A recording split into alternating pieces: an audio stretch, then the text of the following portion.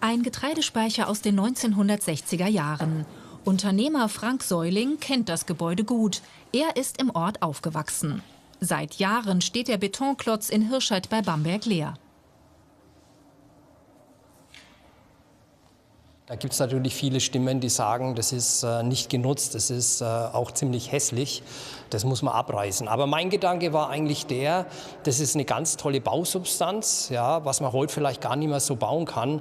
Und das muss man halt modern umnutzen. Und das hat er getan. Die alte Industriebrache ist zum Treffpunkt für junge Technikfans geworden, zum MINT-Zentrum Hirscheid. Hier stehen Mathematik, Informatik, Naturwissenschaft und Technik im Mittelpunkt. Jede Woche laufen Kurse und Workshops für Jugendliche von 12 bis 18. Ob Robotik, Fotografie oder Programmieren, jeder darf alles ausprobieren. Man kann hier seine kreative Seite, zum Beispiel kreative Seite zeigen.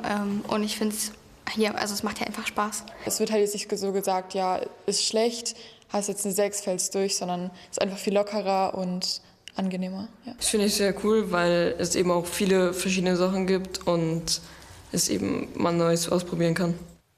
TUMO, so heißt das Lernkonzept. Es soll jungen Menschen Einblicke in Zukunftstechnologien geben. Das Interesse ist riesig. Das heißt, wir haben im regulären TUMO-Programm, im regulären TUMO-Betrieb jede Woche 300 Jugendliche ungefähr hier. Wir haben aber zusätzlich dazu an den Vormittagen noch Kooperationsprojekte mit Jugendzentren, mit Schulklassen, Exkursionen, Projekttage, und da haben wir jetzt für das ganze Jahr rund 800 Jugendliche.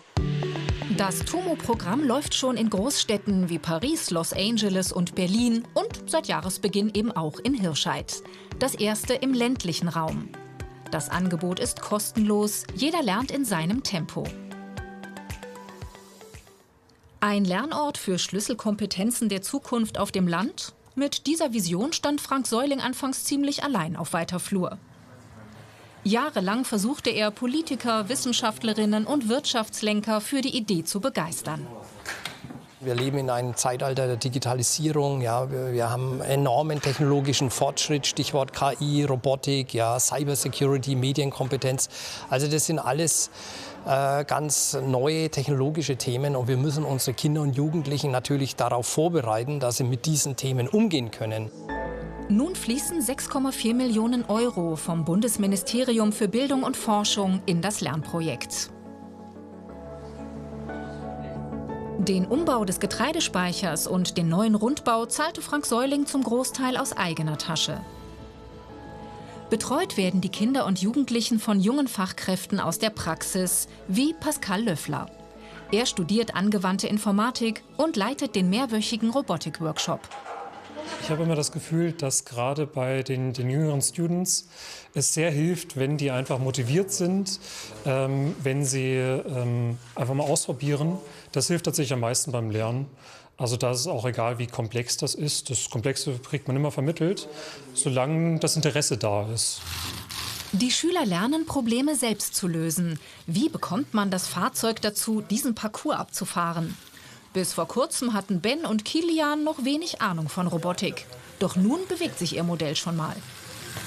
Die Herausforderung war erstmal einen Motor überhaupt ansteuern zu können und dann auch noch beide Räder zum Bewegen zu bringen. Wir müssen halt noch die Motoren besser ansteuern, und dann brauchen wir noch einen Farbsensor, damit es die Farben auch erkennt. Frank Säuling hat ein junges Team engagiert, das sich um die Fragen der Schüler kümmert. Eine Konkurrenz zu den regionalen Schulen will das Zentrum nicht sein, eher eine Ergänzung. Das sieht auch die Hirscheider Rektorin Sibylle Kretschmar so. Kaum eine Schule könnte dieses Programm stemmen. Also der Lehrplan ist tatsächlich sehr umfangreich, und unsere Lehrkräfte sind natürlich keine Digitalisierungsprofis, selbst wenn wir jetzt in unserer Schule keine grüne Tafel mehr haben. Ne? Aber natürlich einen Grafikdesign-Experten oder einen Fotoexperten haben wir nicht, und die Zeit haben wir nicht und eigentlich auch die finanziellen Ressourcen nicht, um uns die an die Schule zu holen.